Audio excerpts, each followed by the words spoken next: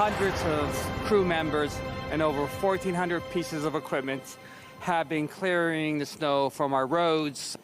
Get ready for round two. More wintry weather is headed our way. Tonight, how much more snow is expected for a city already digging out?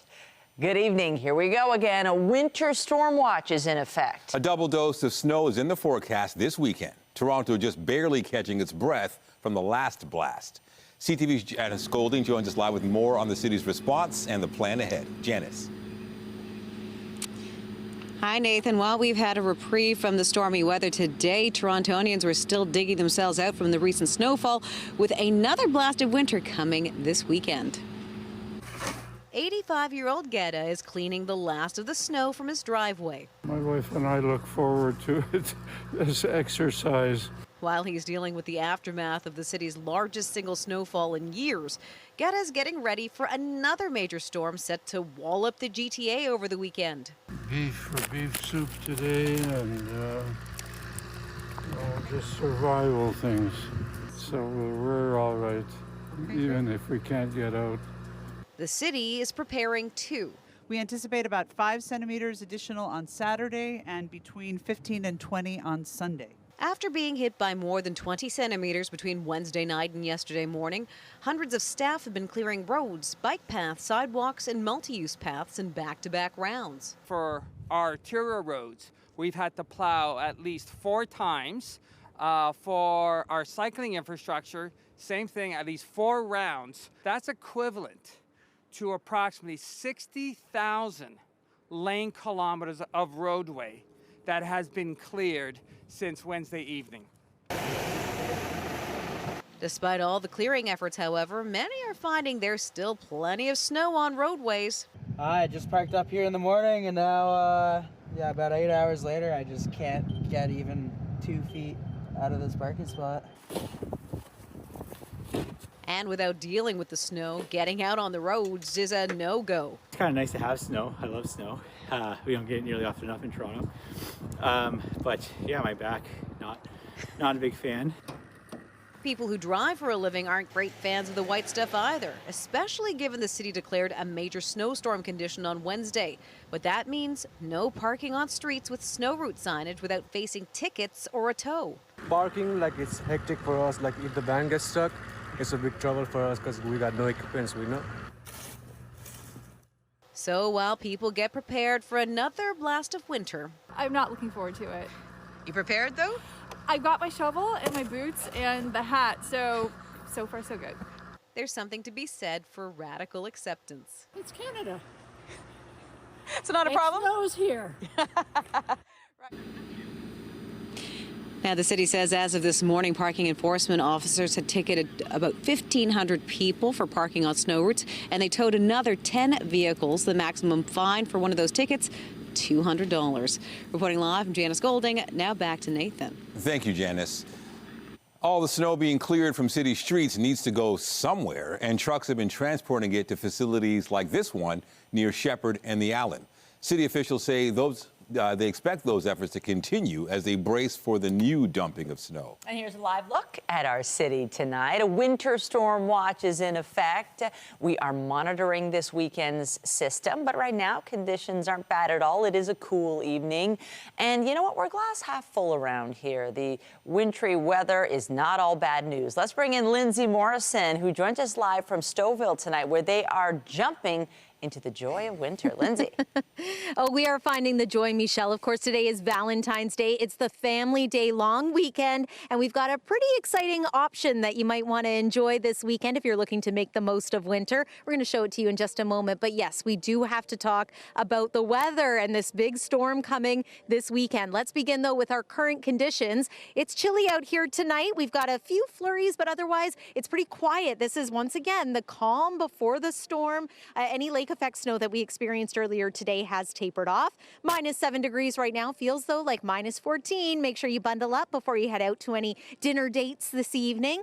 As for what's to come, here's your evening forecast. It will remain dry and cool, and then it's into tomorrow morning that we're going to start feeling the effects of, well, round one of this snowy weekend system. There's the winter storm watch that's been issued by Environment Canada. Outside of the GTA, it is a winter weather travel advisory. This is all warning of the snow and the very strong winds that we are going to be dealing with not just Saturday, but throughout Sunday and possibly into Monday as well. Lots to come in your forecast. We are live, though, at Treetop Trekking in Stouffville, and this is Upla. We're going to show you what it's all about. We're bouncing our way into the long weekend. I'm going to check it out myself in just a little bit, too. But for now, Nathan and Michelle, I'll send it back inside to you. All right, we'll check in later. Thank you, Lindsay.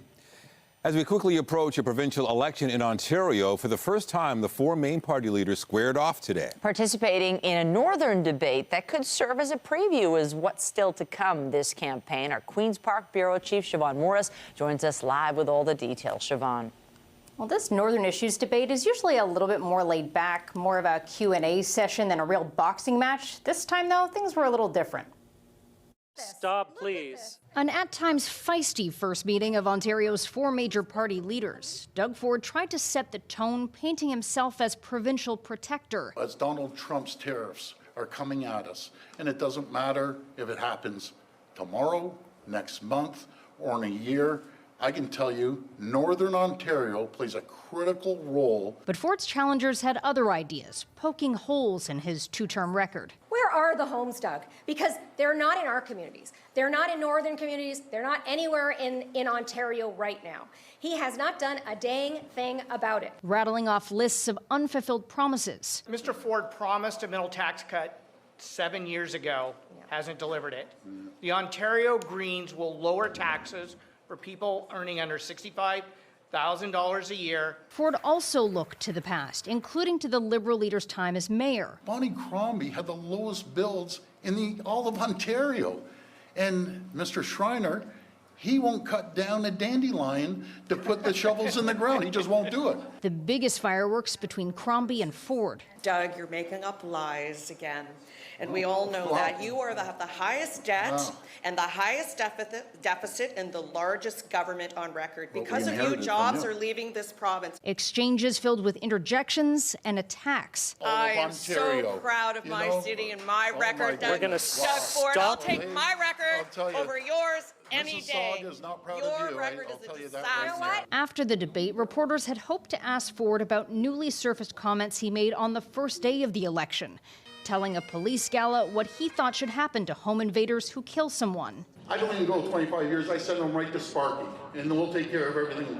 Ford was expected to take questions after the debate, but because of timing, there was an event that Doug is gone to, so he's not staying. Ford's campaign has said he doesn't support the death penalty, just made a joke in poor taste. I asked the PC campaign what event Doug Ford had to dash off to that was previously scheduled, and they haven't answered. Reporting live from Queen's Park, I'm Siobhan Morris. Nathan, back to you. Thank you, Siobhan.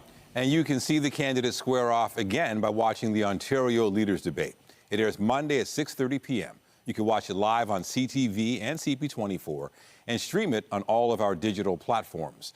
Election Day is February 27th. Also tonight, the clock is ticking on possible job action. 30,000 inside workers one step closer to walking off the job. The latest on the labor battle at City Hall. We have new details tonight in a deadly shooting in downtown Toronto that happened last week. Police have issued a Canada-wide warrant for the suspect. CTV's Beth McDonnell joins us live from police headquarters with the details. Beth.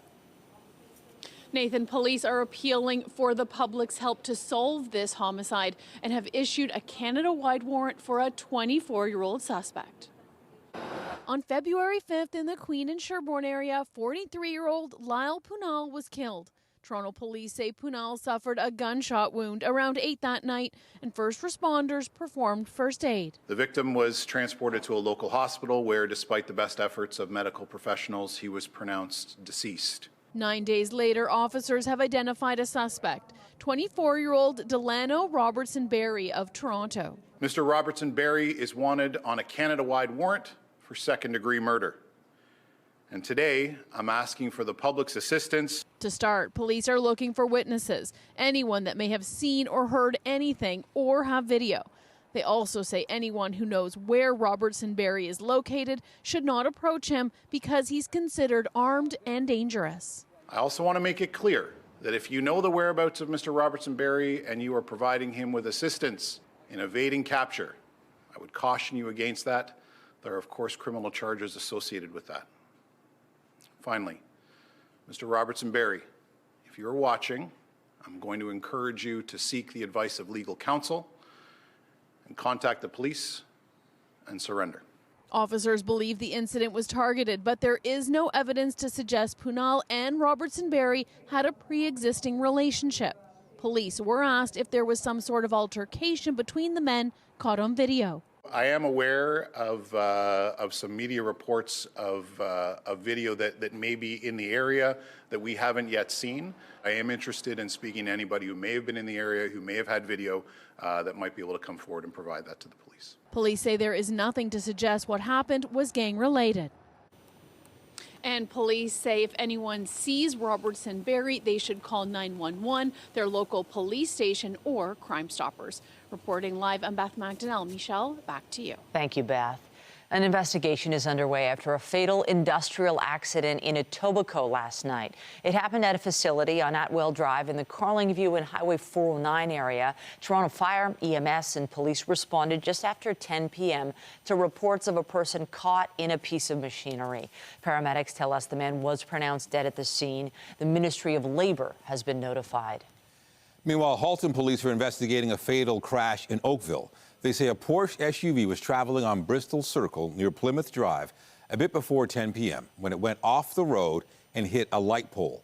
The 31-year-old driver was rushed to hospital where he was pronounced dead. His 30-year-old passenger survived. Both men are from Hamilton. Investigators are looking to speak with witnesses or anyone with video of the crash. Police in Durham region have arrested a registered nurse accused of sexual assault at a long-term care home. Back in October, it's alleged 75-year-old Eliezer Magdamo of Oshawa was found touching a victim inappropriately at Foster Brook Long-Term Care Home in Newcastle. Magdamo had previously worked at facilities in Whitby and Scarborough. Police say they're concerned there may be other victims, and they're asking anyone with information to get in touch. We turn to labor troubles at Toronto City Hall. The union representing 30,000 workers is making moves which could pave the way to a potential strike or lockout. CTV's Natalie Johnson has the details. In the latest labor clash at Toronto City Hall, the city's 30,000 inside workers are one step closer to a strike. We will not be bullied. Toronto residents support fair wages for workers who provide essential services that they rely on every day. QP Local 79 announcing today it has requested a no board report from the province, which will start the clock ticking on possible job action. Both sides are committed to continue negotiating, which is good, and I have confidence that we'll reach a fair agreement. A tougher tone from the union, though, warning that its workers would be willing to walk off the job. Municipal childcare and community center staff, public health inspectors, 311 operators, bylaw officers, long-term care staff, and more, maintaining they are undervalued and underpaid. City workers have endured years of stagnating wages, increasing workloads in the most expensive city in Canada. The bargaining battle comes just a couple months after the city's outdoor workers ratified a contract that netted them a 14.65% increase over 4 years. The city says it has offered the inside workers the same wage hike, but QP Local 79 says it wants its own deal. It has to be a good deal for the City of Toronto and our finances, as well as a good deal for our workers. The city manager today stressing there is a contingency plan in place for critical services in event of a labor disruption, but says he does not want to get to that point. We don't want our city to be without vital services. We don't want disruption for those who live, work, play, and learn in this great community. The union, though, insists the talks have stalled. This is a city that is clearly out of touch with the realities of everyday working Torontonians. When the no board report is issued, likely next week, a 17-day countdown begins, putting the two sides in a legal strike or lockout position in early March. Natalie Johnson, CTV News. It looks like mobile homeless shelters the city wants removed from a downtown park will stay put for now. Our intention is not to fight with the city. When it comes time, we will comply with lawful orders. The city sent the Tiny Homes team a letter saying the diesel-heated structures in St. James Park are unlawful. The organization now says it's been told by officials there are no immediate plans to remove the shelters. The local councillor previously said efforts were underway to find an appropriate location for them. Conservative MPs gathered on Parliament Hill today for the first time since major shifts in the political landscape. Pierre Poilievre and his caucus met to discuss strategy following Donald Trump's threat of tariffs and to focus on the Liberals' potential new leader. CTV's Jeremy Sharon reports. Sir, are you worried about the polls? No. As Conservative MPs gathered in Ottawa, is your party losing momentum at all? I don't think so. They faced repeated questions today about their party's latest polling numbers. You guys getting spooked at all by the polls that go in narrowing because of Carney? You still want party losing any momentum? Certainly. All I can say is good morning, folks. Happy to be back. No comments from me today. Several public opinion polls have indicated the Liberals are closing the gap with the Conservatives. The latest Nanos Research survey released this week shows what was a 27-point advantage for the Conservatives just over a month ago has shrunk to just an 8-point lead. Trump wants our jobs. We're going to take other countries' jobs. And Mark Carney is just the man to help him. The Conservatives are also taking new aim at Mark Carney, who is the perceived front-runner in the Liberal leadership race, by targeting him in a new attack ad today. The Carney Liberal approach has made Canada more vulnerable and more dependent on the United States. This is not axing the carbon tax. There is only one party that will do that. This is a new and bigger carbon tax. We've heard lies from the Liberals about what they're going to do with the carbon tax, and Carbon Tax Carney committing to bring in a shadow carbon tax on Canadians. A carbon tax election still the focus for Conservatives, as signs point to that election coming sooner than later. An internal NDP memo obtained by CTV News this week urged candidates to be ready to head to the polls as early as March 10th, the day after the Liberals pick their next leader.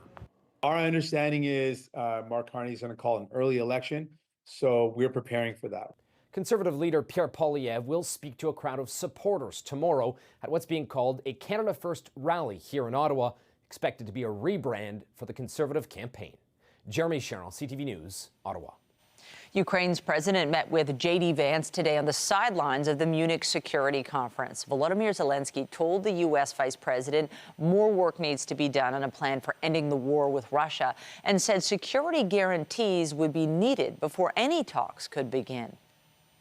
We have good conversation today, our first meeting, not last, I'm sure, and really what we need to speak more, to work more, and to prepare the plan how to stop Putin and finish the war. We want peace very much, but we need real security guarantees, and we will continue our meetings. We want the war to come to a close. We want the killing to stop, but we want to achieve a durable, lasting peace, not the kind of peace that's going to have Eastern Europe in conflict just a couple years down the road. So we had a number of good conversations about how we might accomplish that together. Zelensky said he would only talk to Russia once Ukraine had agreed on a plan with Donald Trump and European leaders. The Ukrainian leader believes the U.S. president is key to ending the conflict. In Washington, Donald Trump announced more planned tariffs, these ones on imported automobiles. Maybe around April 2nd.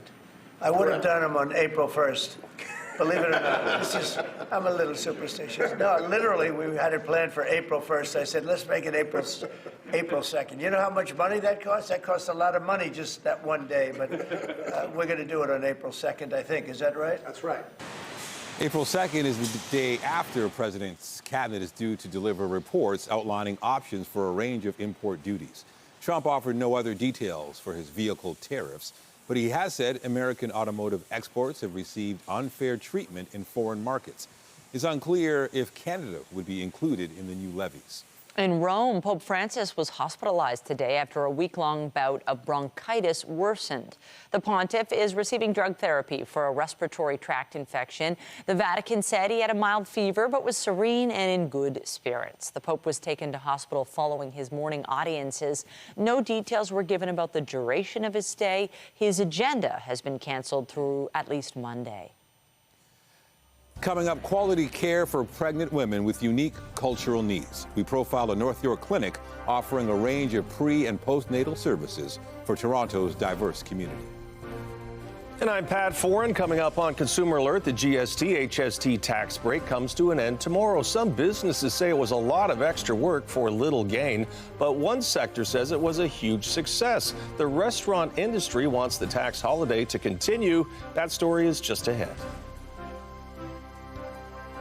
Of winter weather and this very snowy February we've been having. Here's a look at your Family Day long weekend forecast. And yes, there is more snow on the way, especially as we make our way into Saturday and Sunday. We are live in Stouffville. This is Treetop Trekking, and I'm at Upla, enjoying the lights and bouncing my way into the long weekend too. A full of your forecast is coming up. And stay with us. We've got another full night of great shows for you right here on CTV.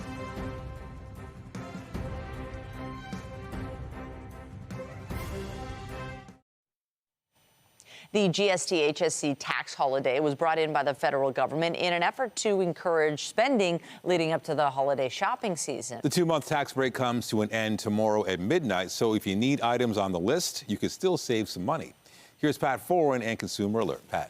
Thanks, Nathan and Michelle. The tax holiday is ending with mixed reviews from businesses that found the rollout confusing and time-consuming. While some stores did see a slight boost in sales, it's really the restaurant industry that had the largest benefit, and they want the tax break to stay.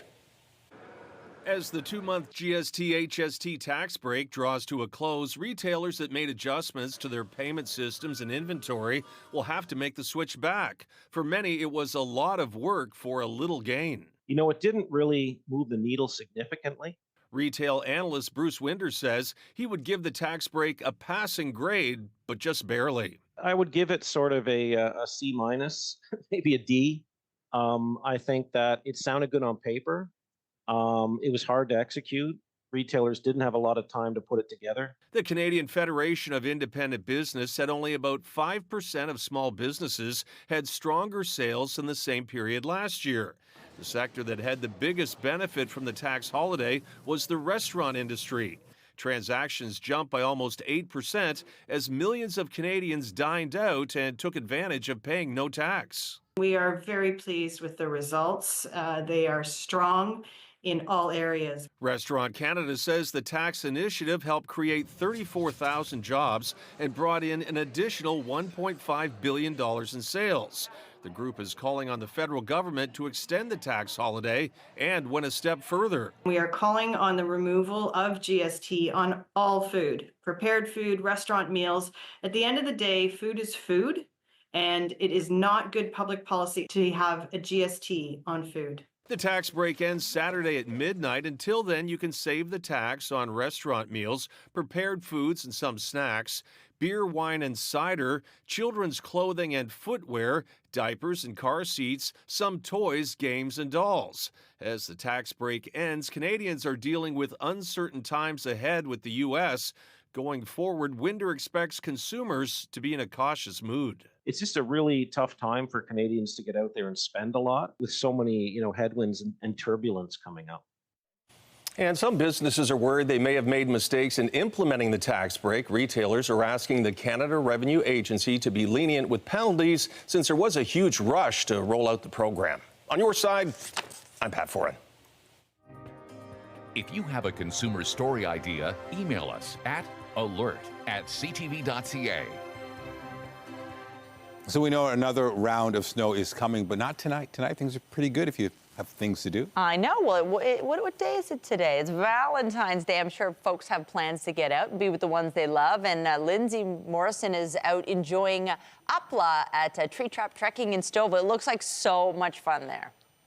Honestly, this is a great date night idea, Michelle and Nathan. Look at the lights, you can hear the music, and it's fun. It's a great way to get outside and connect with nature. I've been connecting with nature a whole lot this week, talking about Mother Nature and these storms. So why don't we start there? We're going to talk about your weather forecast because there is lots to discuss. We want to make sure everyone's staying safe if they have travel or family day weekend plans. So let's begin there, and we'll let you know that there is a winter storm watch in effect for the city of Toronto and really throughout the GTA. There is a winter weather travel advisory further west of us, and it's all warning of the snow that's coming, coupled with some very strong winds, and there might be some freezing rain in the Niagara region. Overnight tonight, though, it's mainly calm, mainly cloudy, -9 for the low, wind chill -14. If you are heading out this evening, just make sure you bundle up. As we head into the day tomorrow, this snow is really going to start going late morning. There's about 11 a.m. We're in the thick of it through the afternoon. We might see some improvement into the evening, but we're not done, not by any means. Doesn't this look awfully familiar to that storm we had just a couple of nights ago? Chance of mixing around Niagara, the Lake Erie shoreline. On the backside of this low, it's going to slowly move out Sunday night after bringing us snow all day long. We will see wraparound winds and maybe some lake effect snow into Monday.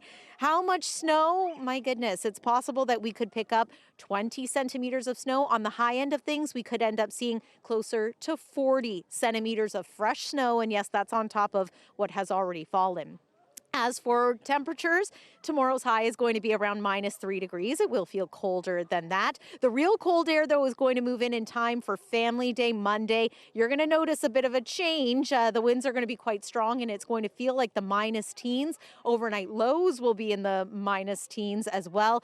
And daytime highs next week are going to struggle to climb close to the freezing mark. Here is your 7-day forecast. Just make sure everyone's staying safe this weekend with snow in the forecast for both Saturday and Sunday. We are here in Stouffville, treetop trekking. Check this out. People are having fun jumping in the nets among the lights and really dancing among the snow and the stars. Mike, I want to bring you in here. What is UPLA all about? Yeah, so UPLA is our giant outdoor trampoline park here in Stouffville, so just on the edge of Toronto, and it's just a great fun place to come, get outside, get active, especially in the winter when everyone's staying home so much. Get outside, enjoy this snow that we have, play with your friends, your family. We have the long weekend coming, so just, yeah, something to do, get outside and have fun. And I like that it's an option to enjoy the snow at night. There aren't as many activities like this. And as you mentioned, great idea for Family Day. If this weekend is maybe not the ideal one, you're going to be open right through the winter? Yeah, we're open right through the winter, daytime and nighttime here. So every weekend, and then of course Family Day weekend, we were open on the holiday Monday, and then March break's coming up, so that's exciting as well. Yes, and I do think it's pretty interesting and unique, all the lights out here. And like you mentioned, the treetop trekking area is available too. If this isn't what you want to do, younger kids can enjoy the treetop trekking too. Yeah, so we have Tree Walk Village, which is our younger kids activity. It is open day and night as well, so there's no minimum age for that. It's a whole network of tree houses connected by nets and ramps and slides, and then right next to it here we have UPLA for older kids and adults to come and play outside. Well, I'm one of those older kids and adults, and I want to go check it out a little bit more. Nathan and Michelle, I was only in the nets for a couple of minutes, and it was a lot of fun. I'm going to go jump a little bit more. And we'll bring you some of that a little later here on CTV News. Stay tuned. Oh, we will. We're anticipating a backflip or two, okay, Lindsay? We'll see. Just kidding. You want to be intact on this Valentine's Day. Also tonight, she woke up with a nap with amnesia, of all things, suddenly unaware of the life she'd lived and the man she's with. We sit down with a Toronto woman at the center of a fascinating new documentary. Data collected in the U.S. and the U.K. shows maternal mortality rates for Black women are unusually high and rising. And for many women, the problem starts with not being heard. Our health reporter Pauline Chan looks at what one Toronto clinic is doing about that. Otika Tajamavo had a negative experience with her first pregnancy. I could barely stand up. I could barely walk, like I'm not functioning. and it took a lot for me to finally get prescribed the medication because it was just brushed, you're all, everyone is sick. So when she became pregnant a second time, she turned to Ancestral Hands midwives in Scarborough. It's not like the regular OB visits where it's 5 minutes and you're out. It takes, you could be here for 30 minutes to an hour, and they do listen. They listen to everything, and it wasn't just about the medical aspect. It was also about your, how are you feeling emotionally? What plans do you have in place? The clinic, which opened a year ago, offers a full range of pre- and postnatal services. Lactation support, formula feeding, whatever they may be doing, as well as, checkups on, how are you healing afterwards? How are you doing mental health-wise? Services here at the clinic are covered by OHIP, and there were also accommodations to cover pregnant people who are uninsured. They do their best to observe clients' traditional practices, but if there's a cultural clash... Our older generations might say, put the baby to sleep on their stomach. Now the recommendation is back to sleep. So we just try and do a lot of education about, what are the current recommendation standards, and we also do teaching around, how do you navigate those conversations with other family members and friends. That cultural sensitivity is important, especially since maternal mortality rates for Black women are 2 to 3 times higher than for white women. Anti-Black racism, systemic discrimination are probably the factors that are common to those countries where all this have been reported. But Dr. Modupe Tundebaya says lack of prenatal screening is also a factor. So if those people are coming with pre-existing illnesses like high blood pressure, diabetes, heart diseases, kidney diseases, sickle cell, if they're not diagnosed on time, those things do have significant impact. She would like to see more Black care providers, and Althea Jones is also calling for more race-specific data to identify problem areas. We need to collect it in a respectful manner, in a manner that does not discriminate or harm. In the meantime, Tajamavo says she plans to teach her 2 daughters about the importance of advocating for themselves. Pauline Chan, CTV News.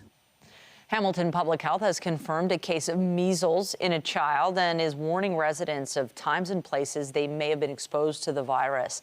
Officials say exposures may have taken place at the Holy Name of Jesus Catholic Elementary School last Tuesday through Friday.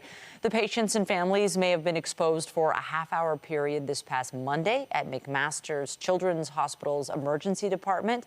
The warning comes as the Grand Erie Public Health Unit investigates dozens of confirmed measles infections. Health experts say to watch for symptoms for up to 21 days after exposure and advise getting vaccinated if not up to date.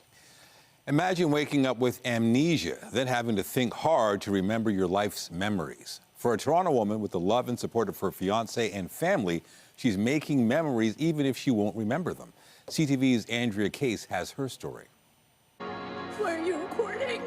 Nesh Pillai's story is one of love and recovery. Since 2022, most of my life, I remember through what other people have told me and through pictures and videos. The then 34-year-old Toronto entrepreneur woke up with amnesia, thinking it was 1998. I have a boyfriend. Yeah. You're getting married soon. In fact, she was a divorced mother of 1 and engaged to her Austrian boyfriend, JJ. Are you the Uber? No, I'm your boyfriend. I'm sorry. This is just my brain being all wonky. Can you remind me of your question again? Sure.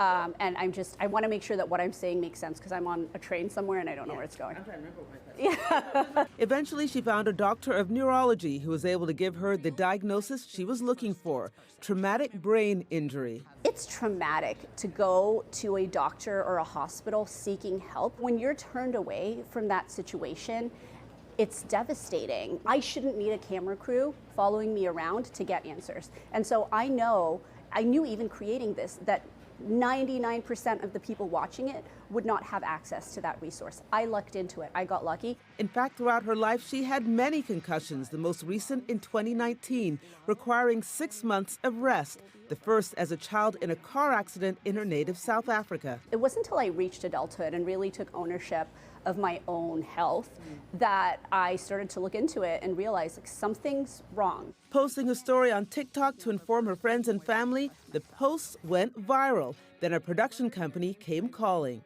Her 2-part docuseries is called 50,000 First Dates, a true story. JJ wanted to be there. That's love. For better or for worse, JJ stayed by her side, a constant caregiver, helping her recall her memories, including those of him. Eventually, they rekindled their romance and now have a child of their own. It seems almost unbelievable, truly, looking back at it. I think there was a lot of pressure on him to be sort of this perfect person. 50,000 First Dates, a true story, is available now on Amazon Prime Video. Andrea Case, CTV News. Tomorrow is National Flag Day, and this year Canadians will also celebrate 60 years since the red maple leaf banner was adopted. Today, skaters kicked off events at Ottawa's Rideau Canal. Members of local sports clubs carried a gigantic Canadian flag down a stretch of the frozen waterway. This year's Flag Day may have added significance to many amid U.S. threats against our economic security and sovereignty that includes President Trump's desire to make Canada the 51st state. After the break, a sweet way to spend the day with your sweetheart. We check out the Valentine's Day array in the heart of the Distillery District.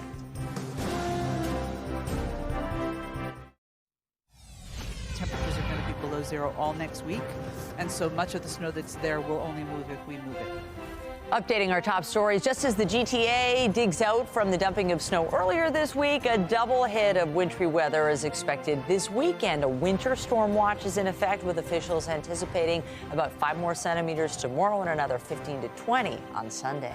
I'm going to encourage you to seek the advice of legal counsel, contact the police, and surrender. Toronto police have issued a Canada-wide warrant for a suspect wanted in a deadly shooting near Queen and Sherbourne February 5th. 43-year-old Lyle Punal was pronounced dead in hospital. Investigators are searching for 24-year-old Delano Robertson Berry on a charge of second-degree murder. I am so proud of my city and my record. He has not done a dang thing about it. The Ontario Greens will lower taxes. Stop, please. And the main 4 Ontario party leaders faced off for the first time during this provincial election campaign at a debate focusing on Northern Ontario. They will meet again for a debate on Monday ahead of Election Day, February 27th. Remember to keep up to date day and night at ctvnewstoronto.ca and by downloading the CTV News app. And if you have a news tip, photos, or video of breaking news, let us know. On the markets, the Canadian dollar was up just over 1/10 of a cent to end the day at 70.57 cents U.S. Western Canadian Select Oil down 12 cents today to 57.75. And the TSX Composite Index ending at 25,483.23, down just over 215 points. The Business Report is brought to you by Canadian Western Bank, the bank built for business. Amid the threat of broader U.S. tariffs, Mayor Olivia Chow stopped by the Cadbury chocolate factory, urging residents to fight back with their wallets. Let us create more jobs here, be more economically self-reliant. The best way is to buy local, shop local, support local industry, local manufacturing plants because they create good jobs. City Council recently okayed a plan to encourage Torontonians to buy locally made Canadian goods and services. It also set up an economic action team, which the mayor says will meet next week to discuss the city's response to U.S. tariffs. Another way to celebrate local is by heading to the Distillery District. Popular at Christmas, the attraction has something special planned for Valentine's Day. CTV's Jessica Smith reports. They say the way to the heart is through the stomach. I'm going for the classic s'mores hot chocolate. And I think I'm going to go for the Nutella one with a shot of espresso. In Toronto's Distillery District, there's no shortage of Valentine's Day themed food and drinks for a sweet treat to share with your sweetheart. We are doing a day date, yes. We have 3 kids at home, so it's the easiest for us to go out while they're at school and with our nanny. Or if you're looking to pick up that perfect gift for someone special from a locally owned business. Today, we've already had some Valentine shoppers coming in. It was a mom buying something for her daughter, and then a husband buying a vase for his wife for flowers. This historic landmark, the perfect backdrop for celebrating the love in the air. Well, I'm actually going on a date with someone today, so that's very, very fun. Where sparks can fly over a fire this weekend. I am hoping it goes well, of course. This is actually the first time I've ever done a Valentine's, so I'm really excited for this, yes. Plus, leading into the family day long weekend, there's something for everyone. My favorite part is the cotton candy. We are very excited to welcome all the lovers of the world. Bring your sweethearts, bring your family, bring your friends, bring the dog that you love, and come down here and check out the Distillery District. Rain, shine, sleet, or snow, the historic Distillery District will remain open throughout the entire weekend, even with the snow, for Valentine's Day and Family Day celebrations. Jessica Smith, CTV News, Toronto. The Toronto Scepters return to the ice tonight, looking to close the gap in the standings. Putting on the speed, it's Renata Fast, and a chance to win the game. She scores! Toronto beat the Minnesota Frost 3-2 in overtime on Tuesday. Tonight, the Scepters will try to inch closer to second place, Minnesota, which has a 5-point lead over Toronto in the standings. The Boston Fleet are in town tonight. Meanwhile, two star-studded teams will clash tomorrow night in a marquee matchup at the Four Nations Face-Off tournament in Montreal. Team Canada is preparing for a showdown with its rival from south of the border. I think everyone's been talking about it, and I think we're looking at it as a game we want to try to improve from the last one. Emotional game, did some good things, there's some things we want to clean up, and we know it'll be a good challenge with them. Just move the puck quick, move your feet quick. You don't want to stall any pucks. You got to keep them going forward. It's exciting, obviously. Obviously it's a big game, playing the Americans in Montreal, best on best tournament. It's what you dream of. It's exciting. Canada practiced today. The team is down to 6 defensemen after losing Shea Theodore to injury on Wednesday night. Travis Sanham will replace him. Up front, Sam Bennett is expected to go in tomorrow night. Both teams are undefeated. He takes the shot, loose, scores. Matthew Tkachuk has another. It's a Tkachuk night. And the Americans won their first game 6-1 over Finland last night. The U.S. tops the standings with 3 points, followed by Canada with 2. The Canadians began the tournament with a 4-3 overtime win against Sweden. Toronto's Major League Soccer team is training in Florida right now, preparing for the new season. And today we learned TFC is back in the red. The team's unveiled its new home kit. It's dubbed the Red of All Reds. The club's last home jersey was a combination of red, black, and gray. TFC will continue to wear its white community kit on the road. Toronto kicks off the 2025 season February 22nd at DC United. In Philadelphia, Eagles fans are showing their love this Valentine's Day. Fans lining the streets for a Super Bowl victory parade. The players were cheered on as they made their way to the Philadelphia Museum of Art, where a rally was held. The Eagles won their second Vince Lombardi trophy with a win over Kansas City last Sunday. Just ahead, the many ways to say I love you on this Valentine's Day. Love is in the air and the dollars are flowing. How people are choosing to spend this day of love. Tonight, a rising tide of Canadian pride in the face of U.S. tariffs. We went out and bought a flag yesterday, so we're going to hang it on our home today. The patriotic push to proudly fly the maple leaf. That story and more later on CTV National News. Well, we've got that long weekend feeling here in Stouffville. The kids are on their way. They're going up, up, up at Upla. This is treetop trekking. We're having a great time, and we're talking about the snow that's coming. We're going to recap the timing of it all and what you need to know. And I might bounce one more time, too. Right back. On this frosty Friday, there is a warmth in the air. It is. It's love, Nathan. Oh, is that what it was? I wasn't sure. Well, it is also Valentine's Day, of course, with many people looking for creative and thoughtful ways to celebrate that special someone in their lives. CTV's Scott Lightfoot reports. At Canadiana Flowers in Scarborough today, business was blooming. This is the single busiest day of the year. For florists, Valentine's on a Friday isn't always a welcome sign. We're competing with long weekend. We're competing with restaurants. So we notice a typical decline. But throughout the day, a steady stream of mainly men arrived, most picking up the same thing. Oh, I have a dozen medium stem roses. From red to pink, yellow to blue. No surprise that roses are the #1 seller on this, the day of love, but some chose to go in a different direction. No, she's not much of a rose type of girl, so gotta switch it up. I was thinking about it, but I'd much rather go with what she liked. For those who like food, restaurants are expected to be extremely busy tonight. At this point, we're completely booked, but because we are Danforth and kind of a family-friendly neighborhood, we still have a lot of space available for walk-ins as well. At Measles on the Danforth, people start booking weeks ahead for a table. Even with the recent snow, they're expecting a full house. It does impact it, but I think, Toronto is well aware of this is a winter in Toronto. We kind of trek through it and enjoy it and make the best of it. Helping others make the best of it, these students from the Trinity College Mental Health Initiative were handing out roses on the campus of U of T today. People obviously deserve to feel happiness on this day regardless of whether they are in a relationship or not. For those who may not be feeling the love on this day, a simple gesture to show they're appreciated. I think it's important to prioritize self-care and to look out for yourself. And even if you're not in a relationship, you can still take a moment to be grateful for the people in your life. Scott Lightfoot, CTV News. And on this Valentine's Day, Lindsay is at one with nature up in the trees. How's it going?